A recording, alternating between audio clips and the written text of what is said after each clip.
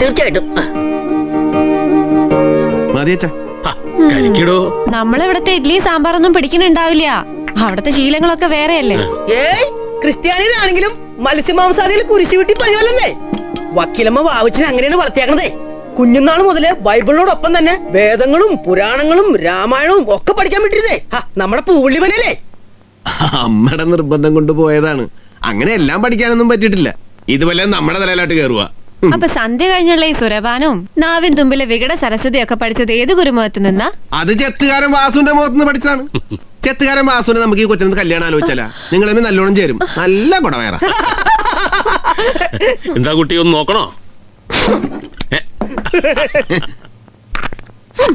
നാവെടുത്ത വഷളത്തരെ പറയൂ. ഇങ്ങനൊരു സാധനം തിരുമേനിയുടെ മകനായിട്ട് എങ്ങനെ ജനിച്ചു എന്നാ മനസ്സിലാവാത്ത. പുതിയ വഷളത്തിന് എന്തെങ്കിലും വിളമ്പുണ്ടാവും. അത് കേട്ടി ചിരിക്കാൻ ഒരു തിരുമേനി. എന്താ മോളെ? എനിക്ക് സംശയമുണ്ട് പണിക്കരമ്മാവ, അയാള് തിരുമേനിയുടെ മകൻ തന്നെ ആണോന്ന്.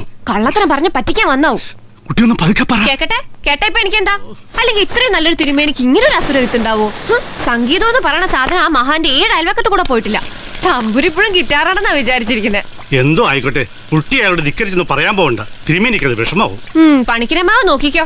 വന്നിരിക്കുന്ന വാവേണ്ടല്ലോ, കുഞ്ഞു വാവ. ആ കുഞ്ഞു വാവ ഇവിടെ നിന്ന് എന്തെങ്കിലും മോഷ്ടിച്ചോണ്ട് കടന്നു കളയും, ഉറപ്പാ. ഞാൻ പറയുമ്പോ കുശുമ്പാണെന്നേ പറയൂ. അയാളുടെ മുഖത്ത് നോക്കിയാൽ തന്നെ ഒരു കളലക്ഷണ. ആഭരണപ്പെട്ടിയുടെ താക്കോൽ എടുത്തു വെച്ചിട്ടൊന്നും ഒരു കാര്യമില്ല. ഇവറ്റുള്ള കുത്തിപ്പൊളിച്ച് സാധനങ്ങൾ എടുത്തോണ്ട് പോവും. അപ്പോഴേ തിരുമേനി പഠിക്കും. ഇനിയിപ്പോ എന്താ ഒട്ടാകുമ്പോന്ന് അറിയില്ല. പണിക്കരമാവൻ ഇപ്പോഴേ ഭയന്നു.